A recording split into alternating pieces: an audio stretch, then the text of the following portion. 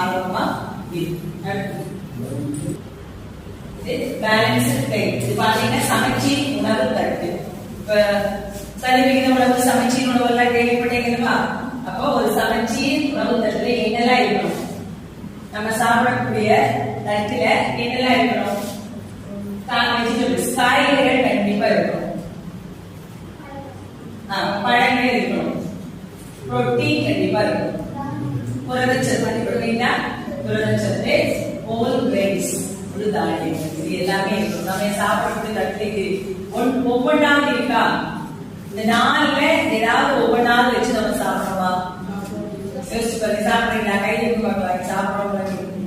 இது எல்லாமே சாப்பிடணும். சாப்பிடுறியா? என்ன சாப்பிடுறீங்க?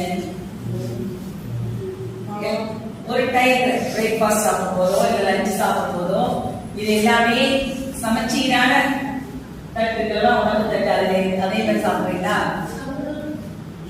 இனி சாப்பிடும்போது இந்த மாதிரி எல்லா விஷயங்களும் இருக்கிற மாதிரி என்ன பண்ணணும்?